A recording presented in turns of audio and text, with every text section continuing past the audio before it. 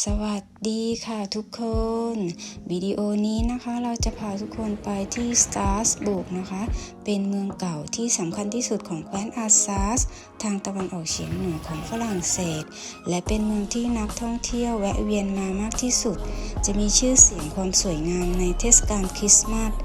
และวันนี้เราจะพาเดินในฤดูใบไม้ร่วงหลังจากไวรัสเริ่มซาลงก็จะมีนักท่องเที่ยวและผู้คนออกมาเดินเล่นกันค่ะเดี๋ยวเราไปเดินเล่นด้วยกันเลยนะคะ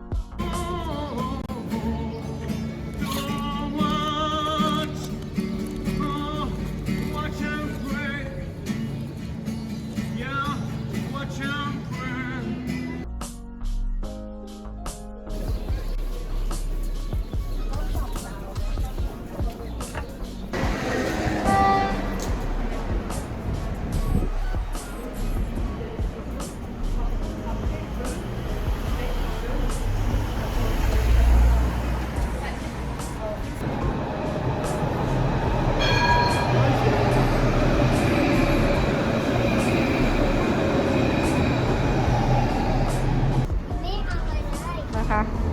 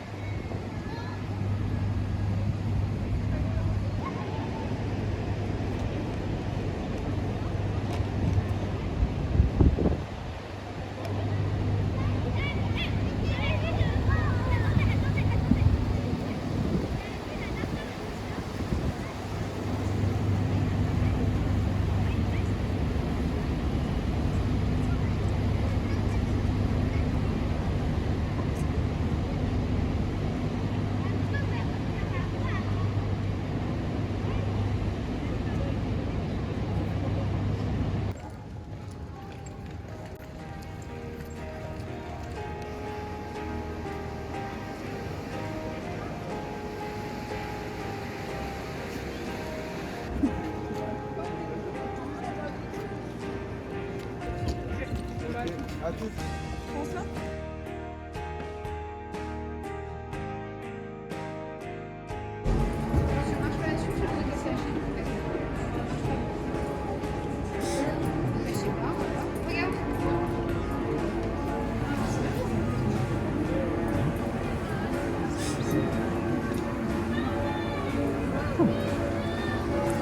สะพานนะคะสะพานนี้กำลังหมุนเพราะว่าเรือนักท่องเที่ยวลำเมื่อกี้ที่เราถ่ายวิดีโอไปที่แรกค่ะเขากำลังจะผ่านตรงนี้ มันจะเป็นอะไรที่ Amazing มากเลยเดี๋ยวเรารอดูเรือจะมานะคะ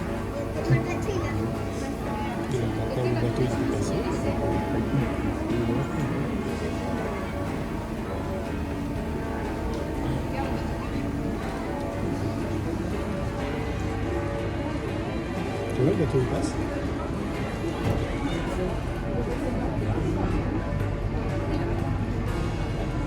มาแล้วค่ะแต่เราก็จะไม่เห็นเลยนะคะเห็นแต่หลังคาค่ะเพราะว่าเขาวิ่งอยู่ข้างหลังนะคะ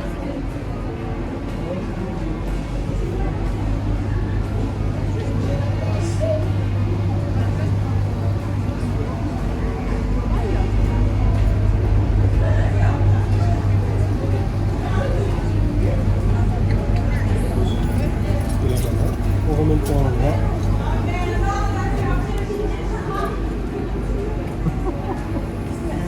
สะพานถึงกลับแล้วค่ะ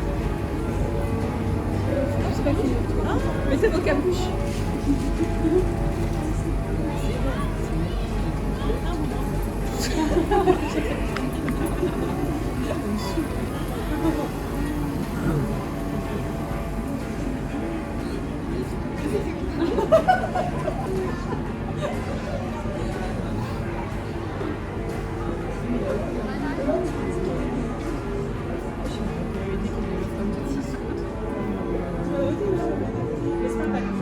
ว้า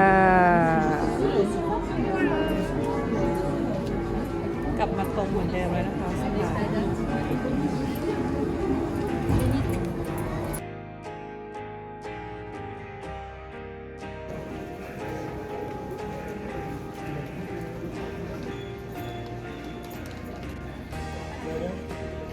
On va faire